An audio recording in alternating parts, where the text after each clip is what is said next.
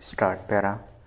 I think it will be conceded that it is only through a revolutionary educational program that the country could be vitalized. This definitely was the first step which should have been taken, a step not only to change the methods but also the content of education. It is really unfortunate that we have taken no step in this direction till this day. Next to education, there is an important point to which I wish to refer, and I consider that to be very important. I refer to the higher judiciary in this country. The treatment which is being given to the higher judiciary. Adverse service conditions have already had their effects, but my change is of a much more serious nature. I refer to the appointment of a judge in a high court. I am not at all referring to an individual case.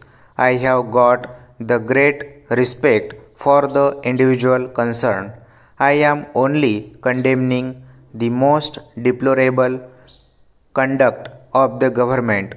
Sir, here is a gentleman who is think in policies which all party affiliations and all prejudices that those party affiliations entail.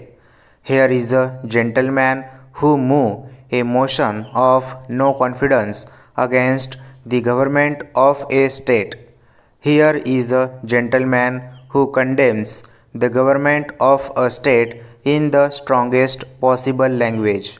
And sir, just before the commencement of the next session of the assembly in that state, the gentleman is appointed as a judge of the High Court.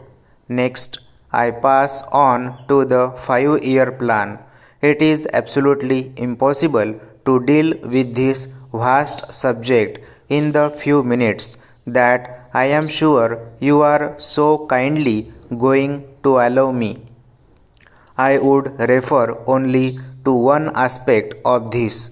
Let us have a look at the plan from cover to cover. You find nothing in the plan but absolute helplessness for the middle classes. There is absolutely nothing to improve the condition of such people living in towns and big cities.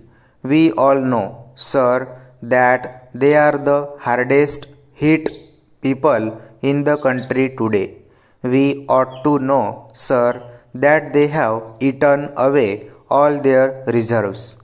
I know that there are a number of families who are living absolutely on the brink of starvation, and we know that there is absolutely nothing but helplessness during the coming 5 years for this very important section of the population. We cannot forget the fact that they still constitute the backbone of the country, whether they revolt or break down. In either case, it will spell disaster. I mention these points merely to point out the grim picture that we face. We have to take notice of this picture earnestly, and the President's address has rightly given priority to these things, and we should give more time and thought for our own internal problems. Mr. Chairman, sir, when I say that we should give more thought to our internal problems, it does not necessarily means that we should ignore international affairs. Stop.